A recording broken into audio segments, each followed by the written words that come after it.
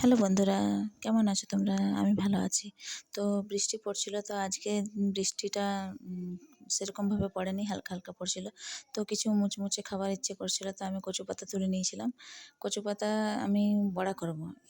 Plane বড়ার চেয়ে কচু পাতা দিয়ে যদি বড়া করা হয় তাহলে খেতে খুব ভালো লাগে। সেজন্য আমি কচু পাতা, এখন খুব বড় বড় হয়নি পাতাগুলো, একটু ছোটো ছোটো ছিল। তো আমি মুসুরির ডাল ভিজিয়ে রেখেছিলাম ভোরে উঠে। তো কচু পাতাগুলো আমি ধুয়ে নিলাম প্রথমে, তারপরে মিক্সিতে আমি পেস্ট করে নিলাম।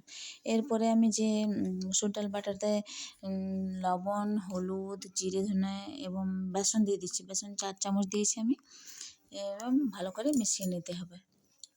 ভালো করে মিশিয়ে নেওয়ার পর এবারে যে আমি কচু পাতাগুলো ধুয়ে জল ঝরিয়ে রেখেছিলাম সেগুলোকে ভালোভাবে লাগিয়ে নিতে হবে।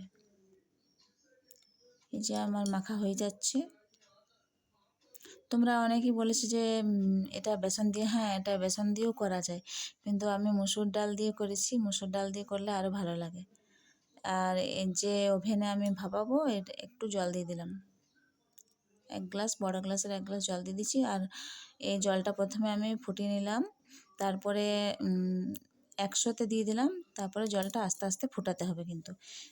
আর কচু পাতাগুলোতে এইরকমভাবে মাখিয়ে নিতে হবে, একের পর এক কচু পাতাগুলো দিয়ে দিতে হবে এবং মাখিয়ে নিতে হবে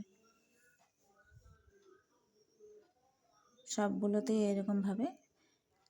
একটাতে আমি 4-5টা করে দিয়ে দেবো পাতা, খুব বেশি যেন পুরো না হয়, হালকা হালকা দিতে হবে।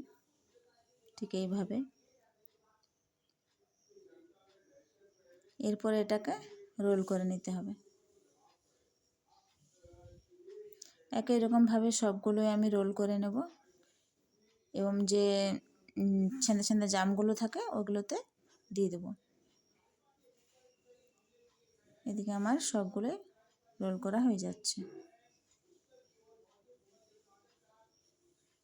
এরপর যে জলটা ফুটছিল ওটাতে আমি দিয়ে দিলাম ঢাকা দিয়ে।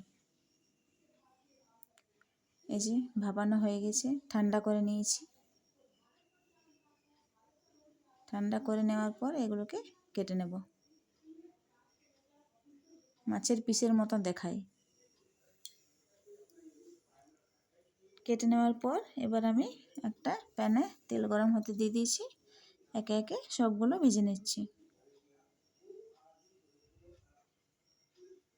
এটা বানিয়ে খেতে পারো, দারুণ লাগে চায়ের সঙ্গে। বৃষ্টি পড়ার সময় যদি এটা খাও চা দিয়ে, খুব সুন্দর লাগে। আমার ছেলেমেয়েগুলো তো এগুলো 4-5টা একসঙ্গে খেয়ে দেয়।